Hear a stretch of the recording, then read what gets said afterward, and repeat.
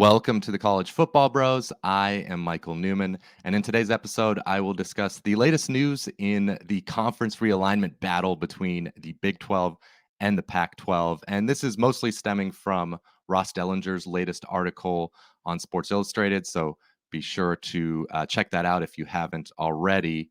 But let's start here with the Pac-12. And if the Pac-12 stays together, and they seem to remain confident that they'll get a good enough deal to do so.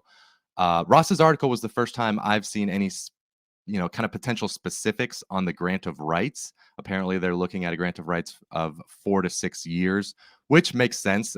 You kind of thought Oregon and Washington in particular would not want to have a long-term grant of rights that binded them to the conference and prevented them from potentially at some point going to the Big Ten.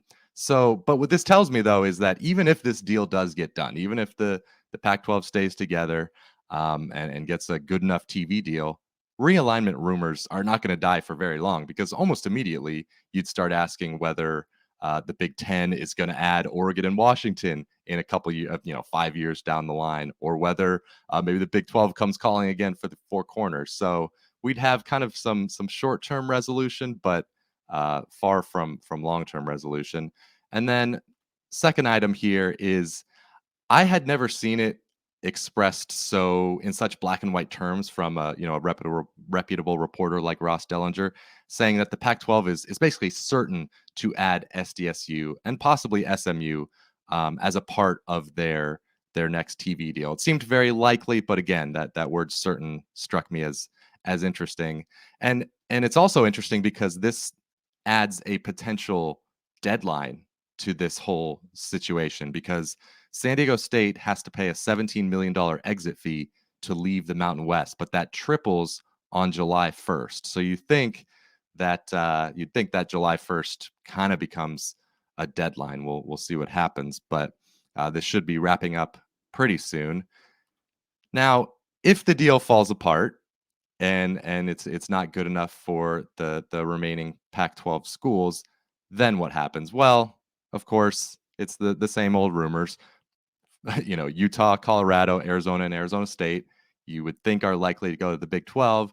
And then at that point, now, because right now it seems like the Big 10 does not want to add Oregon and Washington, right? Because if they did, it would have happened already. There's nothing stopping them from doing it.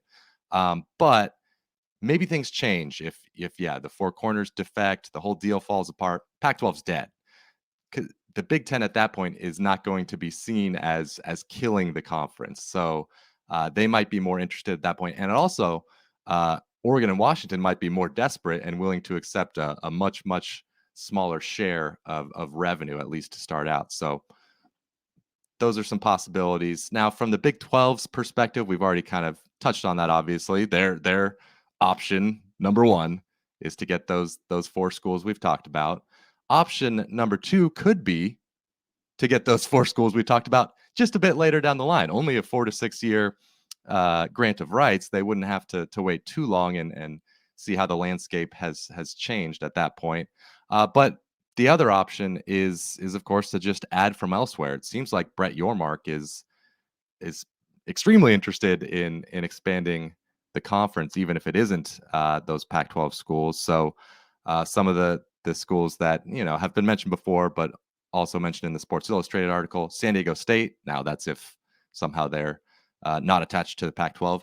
UConn and Memphis, of course, are desirable for, well, in UConn's case, especially for basketball. And UNLV, I guess, is another potential option, just because of that Vegas market, and it would have the added bonus of potentially blocking Klyavkov from getting the Pac-12 into that market. So we will see what happens, but let me know in the comments below what you think about the latest news. I'd love to hear your thoughts on what you think is going to end up happening with the Pac-12 and Big 12 here in the next couple months. Be sure to subscribe to the channel, because we'll have plenty more realignment coverage coming as everything unfolds. So thank you for watching, and we'll see you next time.